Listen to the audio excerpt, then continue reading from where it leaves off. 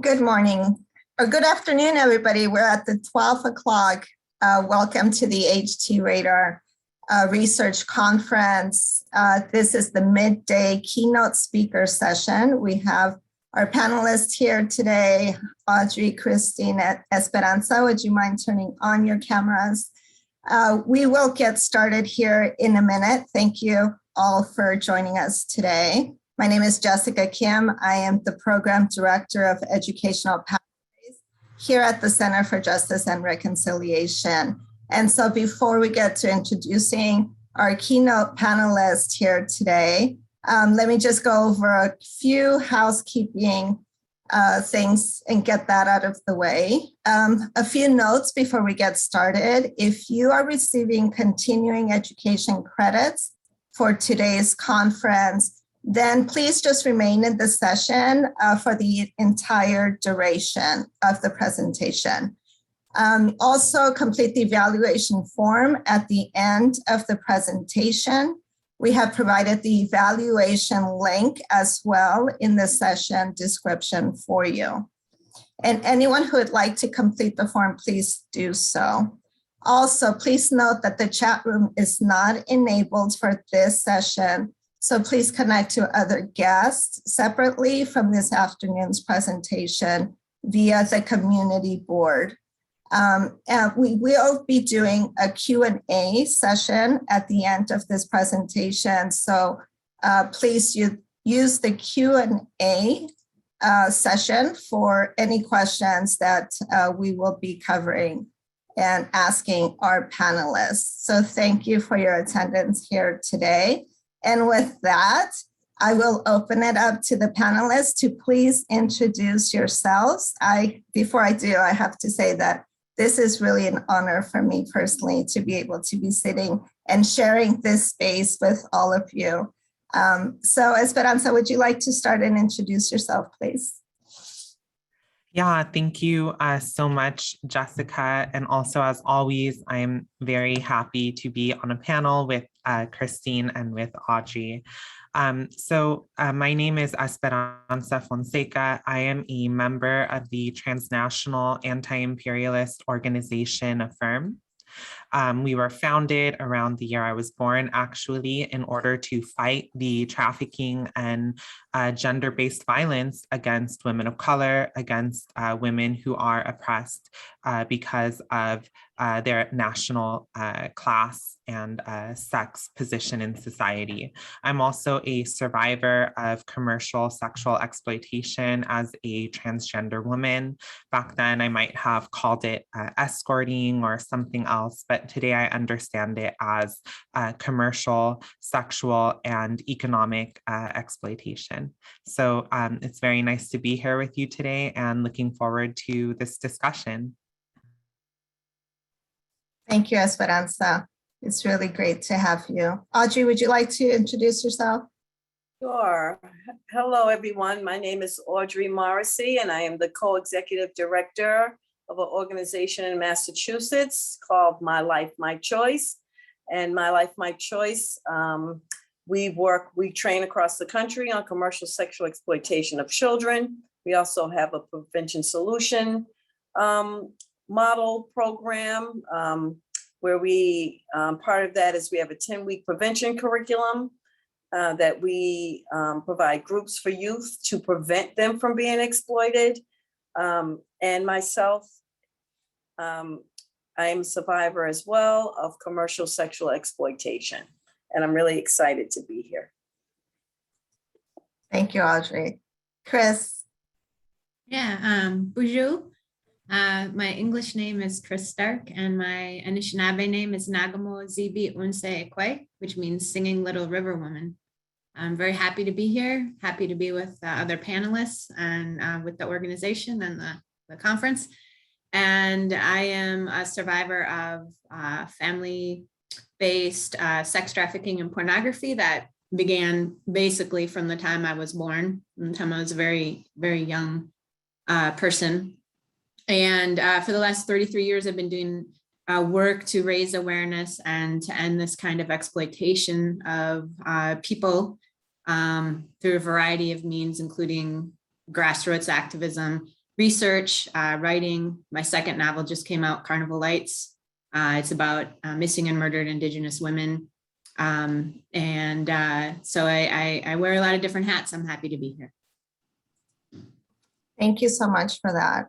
And I have been kind of researching and reading the articles, Chris, that you have written. And I think we'll start off with, if you don't mind, with this first question. And Chris, this is directed mostly to you, but anyone, of course, can speak into this. Can you give us a historical background on the trafficking, specifically to the Native American women here in the United States?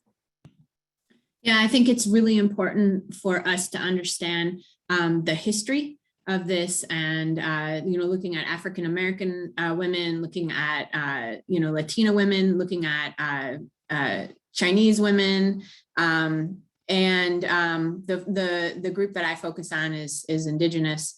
And the first quote unquote sex trafficker, what we now call sex trafficking, was Christopher Columbus. And he engaged in sex trafficking, and he engaged in the enslavement and murder, dismemberment, and attempted genocide of Indigenous people in the Caribbean, what we now call the Caribbean. And as the other European countries came over, they brought with them this institution of what we now call commercial sexual exploitation, prostitution, trafficking, basically buying and selling human beings for primarily men to use them sexually. And that was embedded from the very beginning, this idea that this is something that just started, 20 years ago here, or doesn't happen in rural areas, is just absolutely wrong. It has been here since the beginning of colonization. Audrey and Esperanza, would you like to expand on that, knowing that this impacts all of us here and all of our race and genders across? So would you like to expand a little on that? Yes, I'll just kind of add, just hearing Chris say that, it doesn't matter how long you've been doing this work. It doesn't matter that I'm a survivor. Just hearing that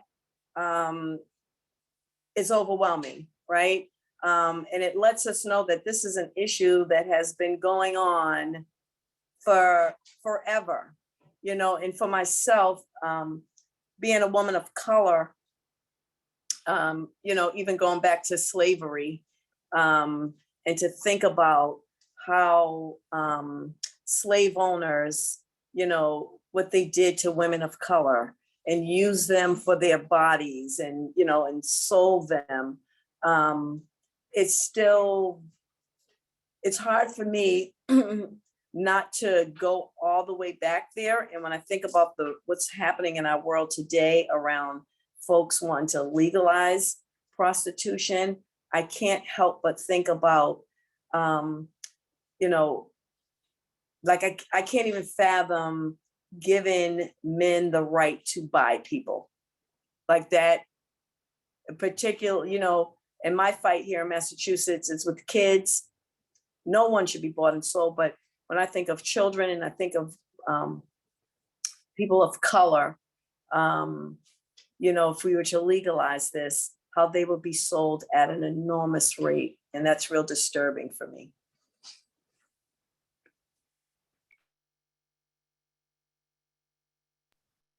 Yeah. Yeah, thanks, Jessica. And, I want to acknowledge in answering this question that pretty much everything I've learned, including how to think about the question of sex trafficking, sexual exploitation, and Native women, I really learned from Chris and her writings and, interviews. And something that really was brought up for me when I was reading it, her reports, as well as listening to some interviews, is that this idea of women as chattel, of women and women's sexuality as commodity, that is not an idea that was natural or organic to the Indigenous peoples that were living on this continent prior to colonization. And Western society, since it began Western civilization, right, in chattel slavery, ancient slavery. What we've seen is that women were always considered commodities, right, in order to build the system of private property, of slavery, it had to first be tested out on women. Women had to first be turned into chattel and into private property before it was then expanded to men. And when Western class society was imposed on the world through colonization, we saw this idea of women as commodity, of women as chattel, be pushed onto other societies as well. And unfortunately, the current movement to decriminalize the sex trade is trying to turn reality on its head by claiming that this idea of prostitution is organic and natural to Indigenous people, that it is something which can never be challenged because it's natural to humanity.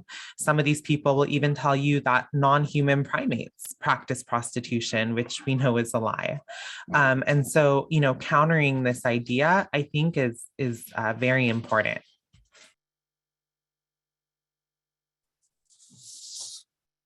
It is very important. And so I think when we were trying to prepare for this conversation, one of the ideas was to really understand the history of where we had come from in order to move forward to where is it that we're going, right? So that was the idea behind this. Where had we come from? Where?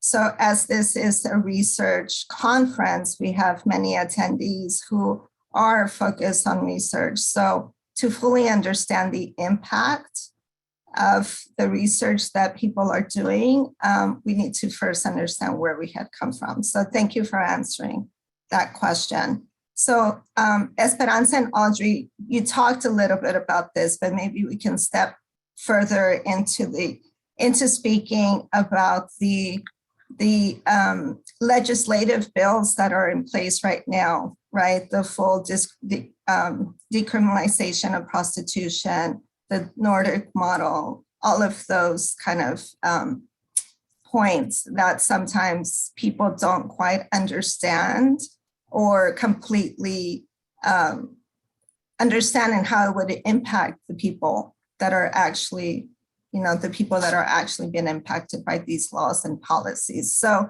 the question to you is, can you expand on that? Maybe help our audience fully understand from your perspective what it would mean, who it would impact, and where are we headed? Sure. I will speak on Massachusetts has a bill that called the Emma bill, where in Massachusetts, we're trying to get this bill passed for a partial decrim, where I think people get confused with partial decrim and a full decrim. I think most people, when they hear partial decrim, I'm gonna guess that most people think, okay, that means let's not lock up the folks who are victims of prostitution, who are involved with prostitution, you know, but the truth of the matter is the partial decrim is just that. And the bill that we're trying to get passed in Massachusetts is for the partial decrim and to have more services for victims, right? Because we all know that we're lacking in services. What I want to say about the full decrim, which I don't think people really understand, that means brothel owning will be legal, pimping will be legal, buying people will be legal. And so with that said, the folks who are causing this to happen to people, meaning the people who are selling people and the people who are buying people, who have created this huge problem. And again, for me in Massachusetts, I work with youth. And so when the numbers of youth that My Life, My Choice serves, and over the years that have been through our doors, with a full decrim, I want to be real clear that this doesn't mean, oh, this is just an adult world. Anywhere there's an adult commercial sex industry, there's always children. And the piece that I want to add about the full decrim, for me personally, I can't even imagine a human being thinking, yeah, full decrim, I'm for that. Yeah, let people sell people. They shouldn't be punished for selling people. Oh yeah, and people should buy people. Again, it goes back to, and I'm gonna be, as a woman of color, I'm just gonna keep it 100. Like white men have been either buying our bodies or taking our bodies, and you go all the way back to slavery. And for me, it's really disturbing to think that the society that we live in today would pass a full decrim, or that another human being would think that it is okay and vote for something like that to be passed, right? And so being really clear, the partial decrim is definitely not locking up people that are involved with prostitution. The full decrim, and I have to say this too, this is a multi-billion-dollar industry. And a full decrim means you won't be able to push this problem into the urban communities. And when you mention research, and I'm going to be quiet after this, I went to a workshop from a researcher who researched Backpage, which we know that that's not being used, but this is the example. When he did his research on Backpage, and this is without a full decrim, what he found out in his research was more ads were posted in upper middle class white areas than they were in urban areas. So I say this to people, when you think about voting for the full decrim, it's a multi-billion-dollar industry. That means this is an industry that can buy that $1 million home next to you, that $500,000 home next to you, while your children are playing in the yard. I don't think that you want your children to see buyers going in and out of a home. And that is the power that this industry has. So really do some research on the difference between the two.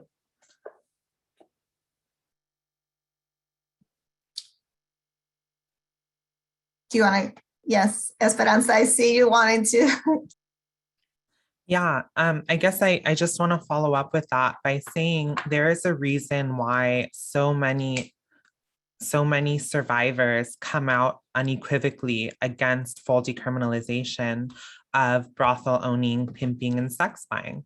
And the reason why so many of us are here fighting this fight is because we've experienced what it's like to be oppressed by the pimp, the brothel owner, or the sex buyer. Right. While in mainstream media and corporate propaganda from, companies like OnlyFans and others will attempt to paint the sex industry as a place where women can find freedom and liberation and take control of their own life, we know that that is all a smokescreen. And it's meant to sanitize and hide the real violence, the real coercion, and the real exploitation that goes on behind closed doors. And I think it's, so important to stress why we oppose the decriminalization of pimps, brothel owners, and sex buyers. And it's because in the sex industry, there's really two basic groups of people, the ones doing the exploiting and the ones being exploited. The exploiters are the ones who profit from our exploitation, like pimps and brothel owners, or they benefit from it, like sex buyers. There's been, many times where I reflect on the way that sex buyers would talk to me. One of the most recent things I was thinking about is how just 3 years ago, they would tell me, once they heard me talk, "You sound so educated. You don't sound like you need to be doing this." And what I realized after hearing that so many times is that all the women they were seeing, they knew that they had to be there. They knew they didn't have other options in life. They knew that in order to pay their rent, in order to put food on the table for themselves, they were going to have to sexually service men that they otherwise would have no interest in. And therefore, these sex buyers knew that they were taking advantage of our economic destitution, of our economic vulnerability in order to coerce sex from us. And that is a fundamental part of rape culture. And it has deep psychological, spiritual, and physical effects on any human being when you're turned into a commodity. You can't be a commodity unless you're first dehumanized.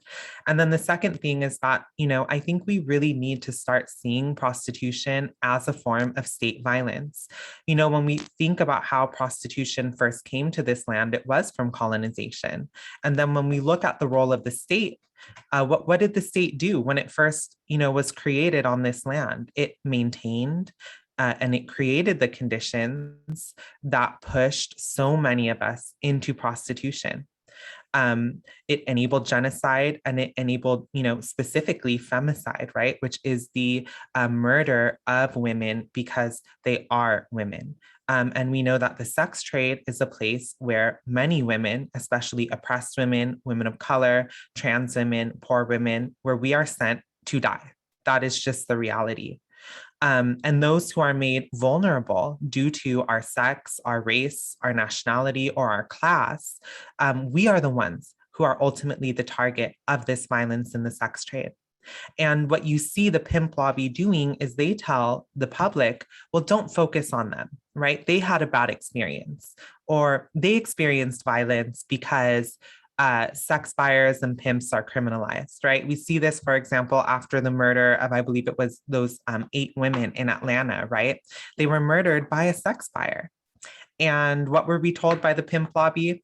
Well, that's why we should decriminalize sex buyers.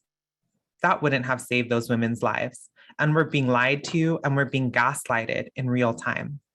And so that's why, I really want us to think about, in what other movement would we say to the most exploited people who have experienced the worst of an industry or the worst of an institution? In what other movement would we say, don't focus on them, only focus on the small minority that had a good experience?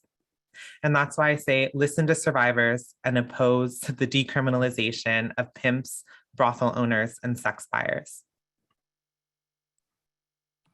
Thank you. I just want to second what Esperanza was saying. It's like follow the money. And in the research that I'm conducting, we can see the collusion between the, Christianity, actually, the Christian churches, and the government, once the United States of America was founded, along with corporations. They're practically inseparable historically, and they work together in the trafficking of Indigenous people to create these systems and to keep particularly Indigenous women and girls in these places of subjugation and exploitation and commercialization. The word prostitute essentially means squaw. And so this country still has over 1,000 geographical locations that are named like Squaw Tits Peak, Squaw Point, and so on. And currently, that is something that we need to do a lot more of, is we need to look at how this state, the states, and the government, the federal government, are profiting off of the rape of women like us.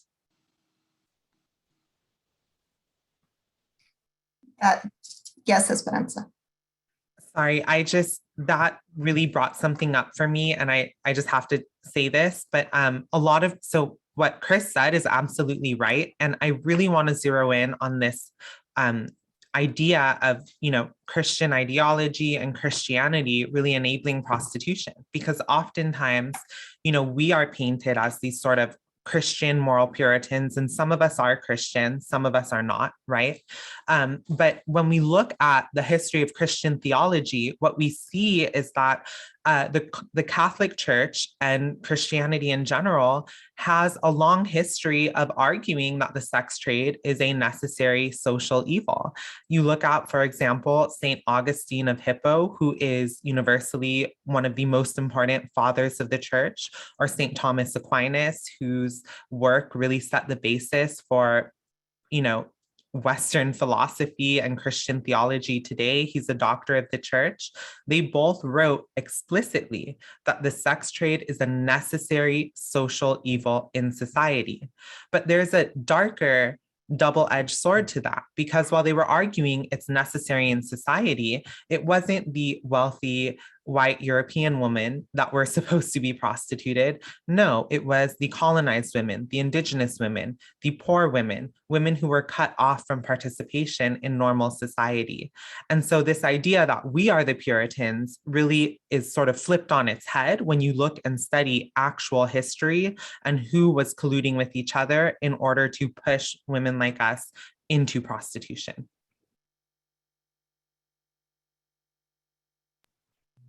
Thank you, Esperanza. I think the great thing about having a panel like this is that we can take our ideas and really speak on them, right? One thing that somebody might say might spark another idea.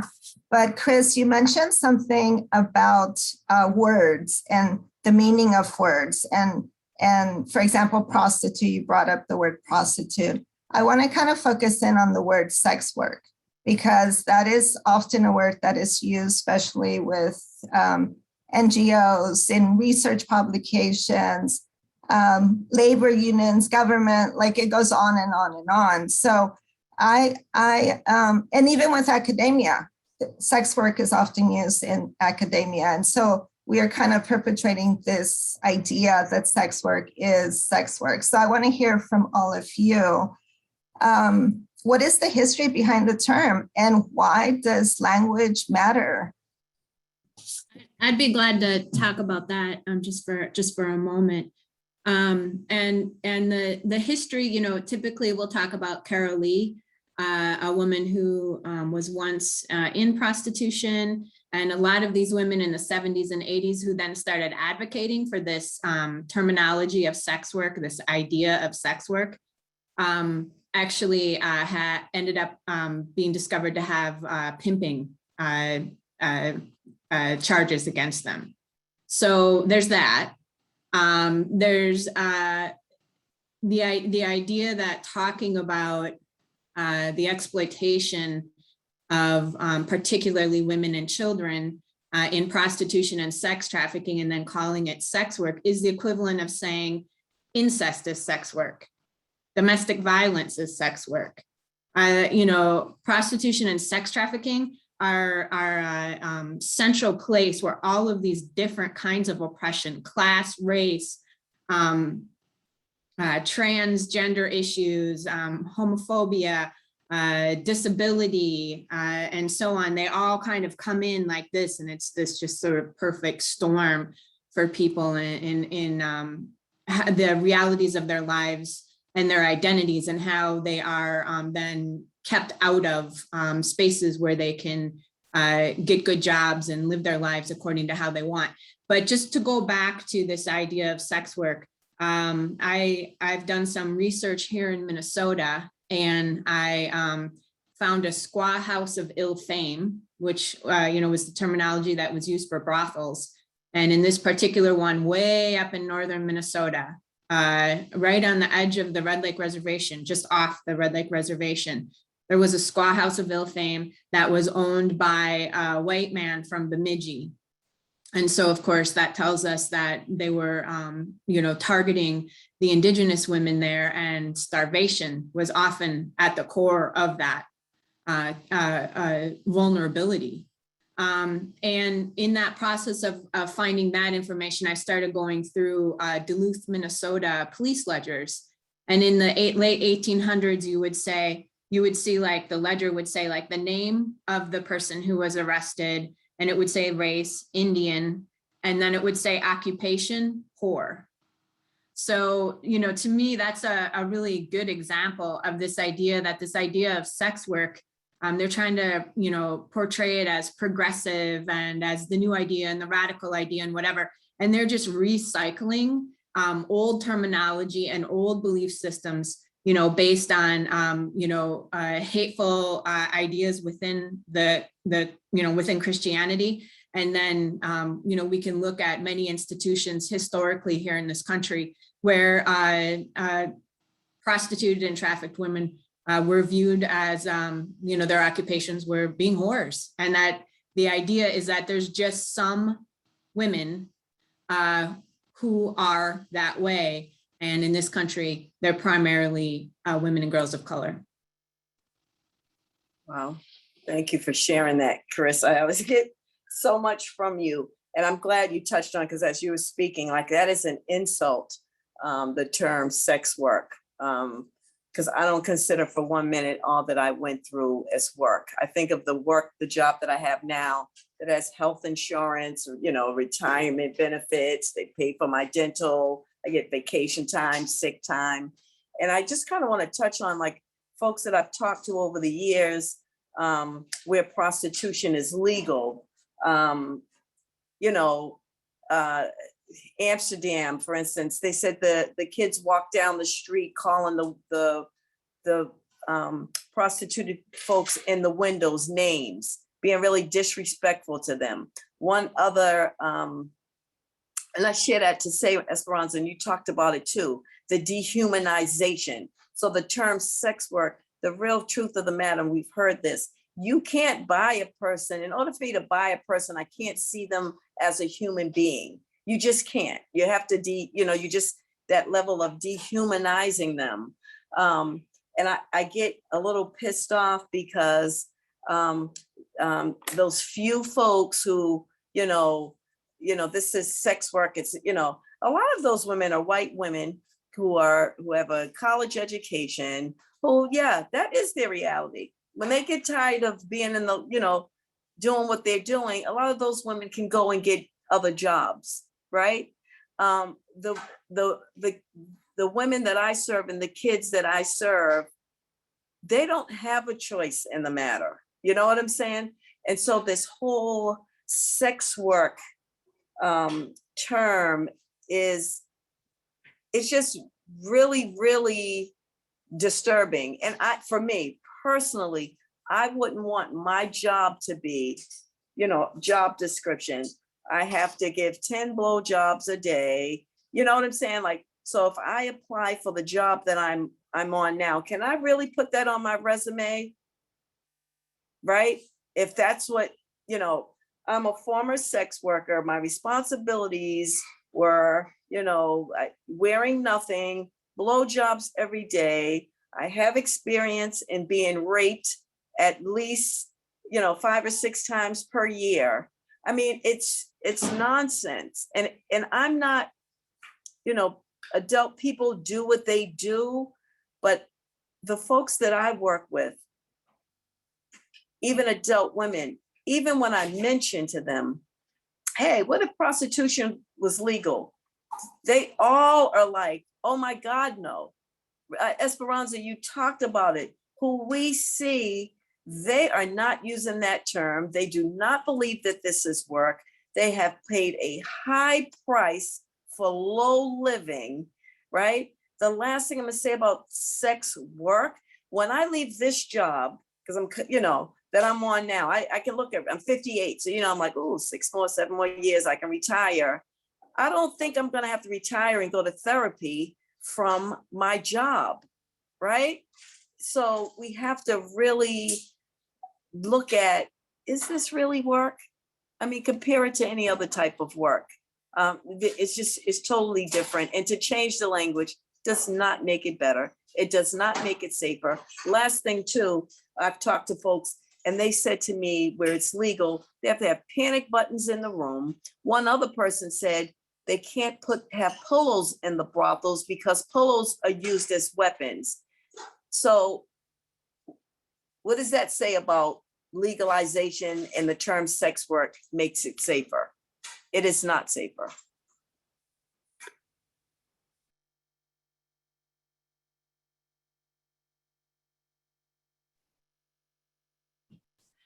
Yeah, and I guess the only thing that I would really say to follow up on that is I think this slogan, sex work is work, right, is really a slogan that's meant to turn off our critical thinking, because we should really be asking ourselves, right, like so many things count as this under this colloquial definition of work, right?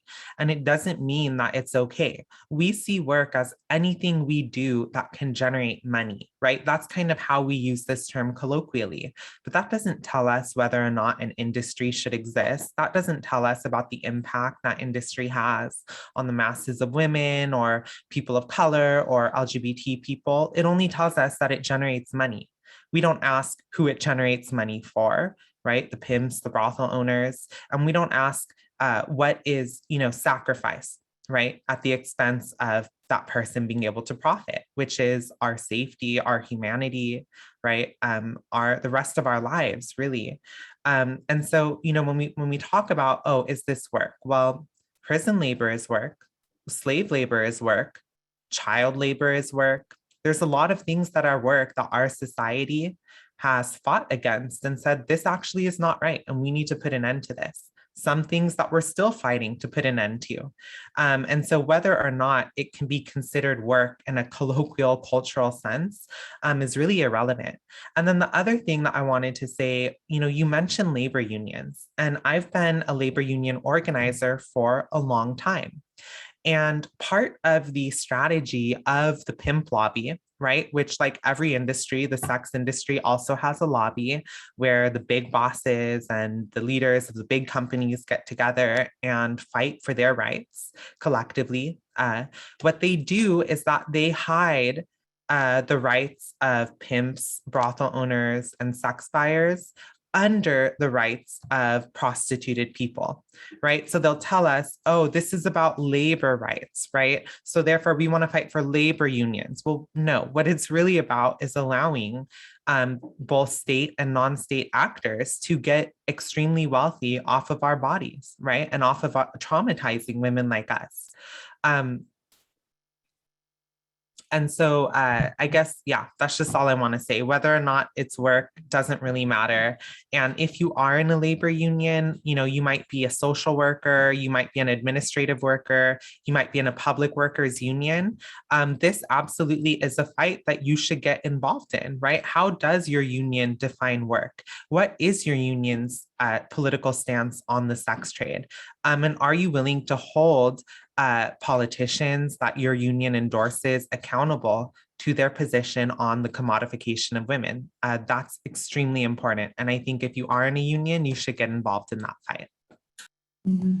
Yeah, and it's the attempt to normalize this, like, Jessica was saying that all these different sectors in our country are now using this term. And there are people who use it because they don't maybe fully grasp the reality of those of us who are in it or have been in it and what we have gone through.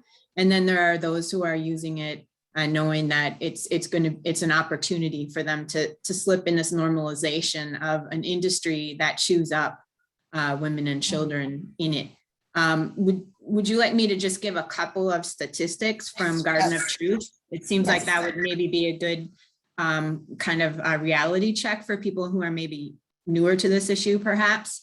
I was one of the researchers of the Garden of Truth, the prostitution and trafficking of Native women in Minnesota. Sorry for the glare here. And you can find this online. You can Google it online and take a look at it yourself. It's an 80-some page document. Almost 80% of the 105 Native women in prostitution and trafficking in Minnesota that we interviewed had been sexually abused as children by an average of 4 perpetrators. So, again, understanding that connection between childhood abuse, childhood poverty, racism, all of these different issues that impede people from going on maybe to college or doing whatever it is they'd like to do. Instead, they end up on prostitution and trafficking. Over half of the women had PTSD rates at the time of the interview at a rate that is in the range of PTS combat war veterans. So that doesn't really sound like a great time. 92% had been raped, 84% physically assaulted in prostitution. And especially when you look at women of color, the amount of violence that is inflicted on women of color and Indigenous women's bodies and girls' bodies is astronomical. And 72% suffered traumatic brain injuries. 98% were currently or previously homeless, and it just goes on and on. You can find it and read more yourself. But one of the clinchers in these statistics is that 92% of the women that we interviewed wanted to escape their situation of prostitution and trafficking immediately, but were unable to do so. So again, we need to look more closely at this with a critical eye, as Esperanza was saying, and follow the money. This is the multi-billion-dollar global industry. They want to perpetuate themselves, and they want to maintain their hold over our lives and over all of this money. It's a lot of money. So I have one last question, and then we'll take some Q&As. But this morning's sessions, our district attorney, Summer Stefan, mentioned a research that really impacted the DV kind of movement when domestic violence, when they were trying to figure that whole movement out. And one of the key research papers that she mentioned was on strangulation. And so how that impacted, she was able to take that research and use it to change policies and to take away from the victim and really place it back on the perpetrator. So as we're sitting here today with our attendees, what do you think, what would be some research recommendations that you can give them? Like, what are the focuses that they really need to be looking at? You mentioned, Chris, some of those things, but I'm wondering if there's other things that you could recommend.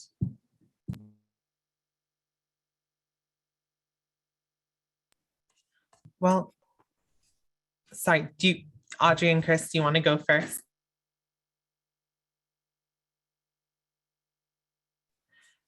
I guess, just one thing I think really needs to be said is that I think we need more researchers on sex, or more research on sex buyers themselves. Oftentimes the question is framed about like the moral subjectivity of the woman or the person being prostituted, but the focus and the onus of responsibility is rarely put on the sex buyer. But we know that when we research sex buyers, whether in New Zealand or whether in the US or whether in Germany or whether throughout Latin America, is that there is a thread of commonality among all of them, right? And it's in the way that they view women as a commodity, in the way that they use prostitution to express often homicidal tendencies against women, and the contempt and the hatred that they have for women, which is expressed through how they use their money to coerce sex from women. And so I think one, focusing on, actual, sex buyers. And then I think two, focusing on the right to exit. Chris's study, as well as there was the study by Melissa Farley, right? Both show similar numbers in terms of how many people want to exit. And as we expand those studies, I'm sure we'll find that, that is consistent, right? Most people want to exit. And then the last thing is, I'm really interested in research that shows how the sex trade is sort of a form of state violence, how women are, even if you don't have an individual who can be called your pimp or trafficker, I mean, droves of women are being prostituted by society. We're being forced into it and we're trapped in it. And so we need more research on that as well. And then I also think this, this might be more for journalists and less for actual researchers, but I would also like research on the pimp lobby. And I want to see, for example, you have Alejandra Gil in Mexico who had women accuse her of trafficking them, right? You have Douglas Fox over in Europe. You have Maxine Dugan, who runs a so-called sex workers union here in the US. I want to see research on them, how they're actually convicted and accused pimps and traffickers and the influence that they have, and how they're able to call themselves sex workers and influence international policy and organizations like Amnesty International. Good stuff, Esperanza. And I always say this when I'm training, and, particularly when we use that term sex work, it's my choice, all that kind of stuff. I would like to see a study on the effects after coming out of the life, meaning how does someone, right? I mean, listen, had I still been in the life, after the exploiter was gone and I was still in the life, I probably would have been in the movement too. Yeah, give me the right to sell my body. Right? what I have to share with you, one of the things that I developed, and I've recovered from a lot of stuff, but one of the things that I will never recover from being in the life is that dissociative disorder that I developed, right? Because we're not present in the act. You have to develop, you have to develop and master the skill of having sex with someone but leaving the room, meaning not feel a thing. You have to master that in order to survive. Now, when I came out of the life, I'll never forget it. I got clean because I'm also in recovery. I remember my first sexual experience. I felt nothing. And so what I thought was, oh, I need drugs. Maybe I need to get high. That's right. I thought I was this fabulous sexual being, right? So I made my money. Later to find out when doing this work, years later, I'm talking about I've been out of the life for 28 and a half years. My body does not know the difference between having sex with someone I love and I'm attracted to or a buyer. My body still shuts down. So research is out there. Those of you that are teaching and using this term sex work in your classes, I'd like to see you do some solid research around what happens after you come out of the life, because the trauma, that part of the trauma is not revealed until I'm out of the life. I didn't know I was traumatized in that way. And I will take that to my grave. I will not recover from that. So that is huge. That's a huge piece. What is your sex life like after coming out of the life? Relationships after coming out of the life? That would be something that I would really like to see. And I like to see that study on the folks who are saying, I'm a sex worker and this is my choice. That's who I'd like to see a study done on and research. Yeah, great points, both of you. And I totally agree with you. And just to add on to that, more investigation and inclusion of this issue in the political work that is being done. I was listening to them talk about the Pandora Papers on NPR yesterday, and they're talking about drug traffickers and where they hide their money, and they're talking about this and that, and they don't include sex trafficking in their discussion, in their analysis, and it's confounding. It's really confounding. So just to be including it, and because certainly they are part and parcel of all of these money schemes and laundering schemes and so forth. Being that I was used from the time that I was very young, I was using something that was very organized.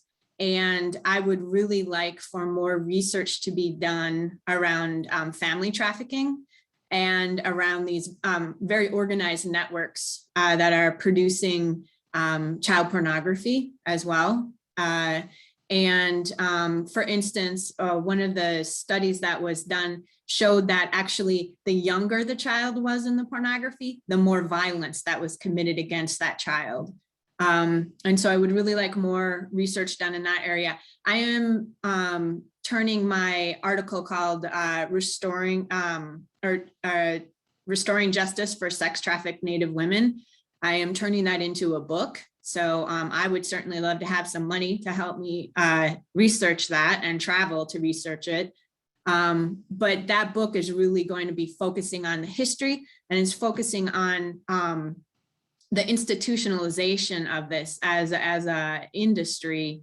Certainly we need information from those of us who have survived it, but we have a lot of that information. We know how much it harms people. Focus on the buyers and focus on the state, the government, the corporations, and the transnational corporations as well. I love it. I just got chills, like seriously, this is powerful. This is groundbreaking for the CJR. This is really an important part of the work that we do, is always bringing survivors' voices, myself included, into these talks. So we do have a question. Okay. This one here? Okay, so this is for Esperanza. Have any labor unions published a statement against the stance of sex work is sex work?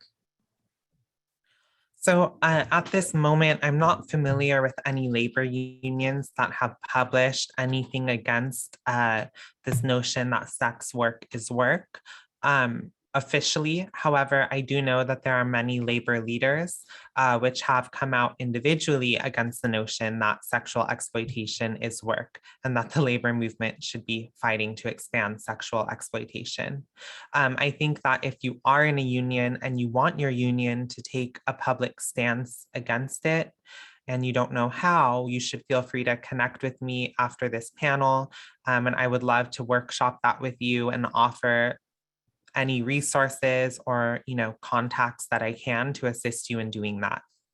But I will say one thing, which is that there are certain things which are in the works and which we should think about. For example, labor unions in education, for example, they have a long history of fighting not just for teachers, not just for themselves, but also for their students. What would it look like for a labor union of educators to fight the sex trafficking and the grooming of their young students? Or, for example, what would it look like for a public services union or a public employees union to fight for better services that guarantee the right to exit for survivors of prostitution? What would it look like for university unions to demand that their students don't have to prostitute themselves in order to pay for tuition? There are all these things that we should really be thinking about. And so if you're interested in that, please feel free to contact me after this conference. Thank you, Esperanza. And we will be sharing your contact information as well as Audrey and Chris with some of your articles as well. So the next question is, how do we increase accountability and knowledge about the trafficking in communities that are showing surface level empathy or where statistics and research are being whitewashed, in parentheses, to meet the needs of the community rather than victims? Does that make sense?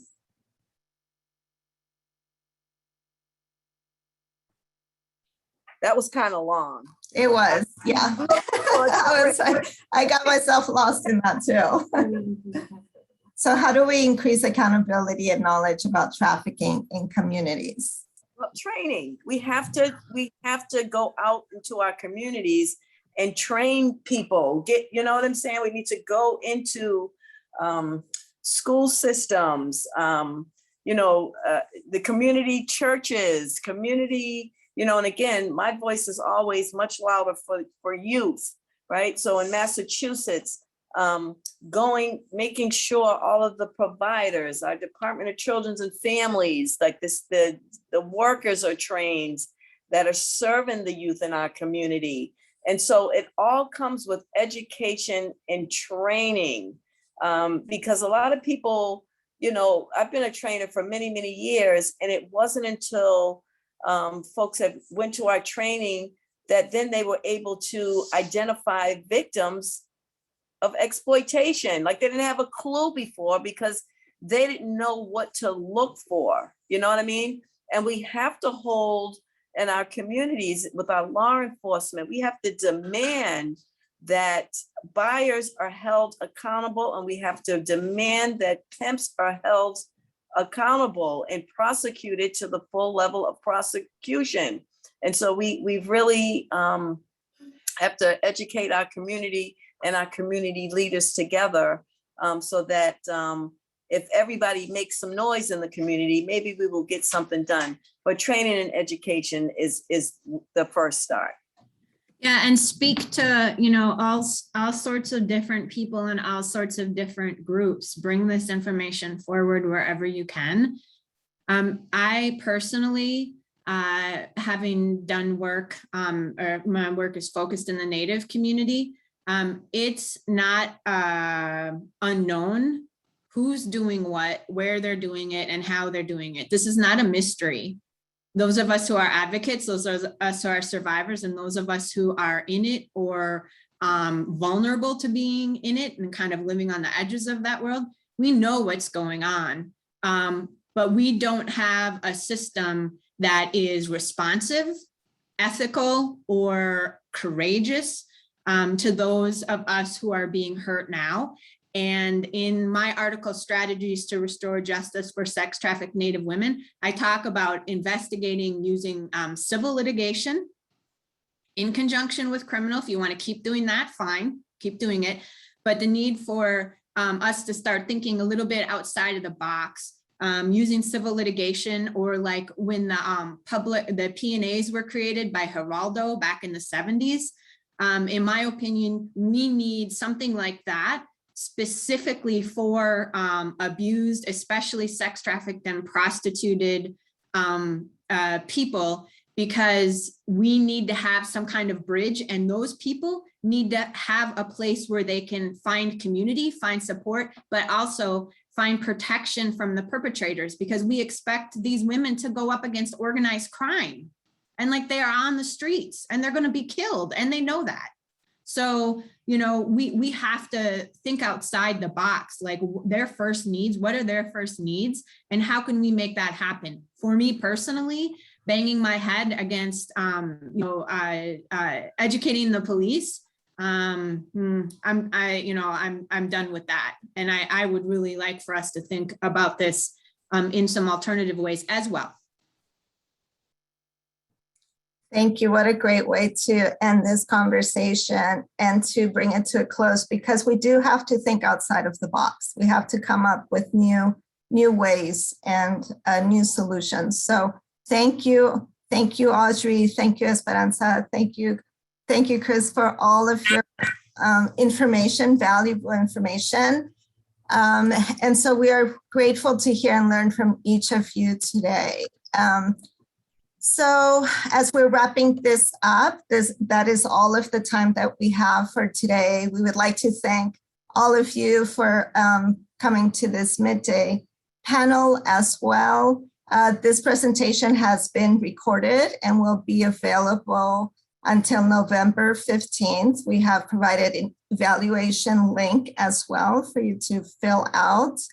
And again, for the continuing education folks, please complete it as part of the process so then you can get your units. And thank you once again, and please enjoy the rest of the conference.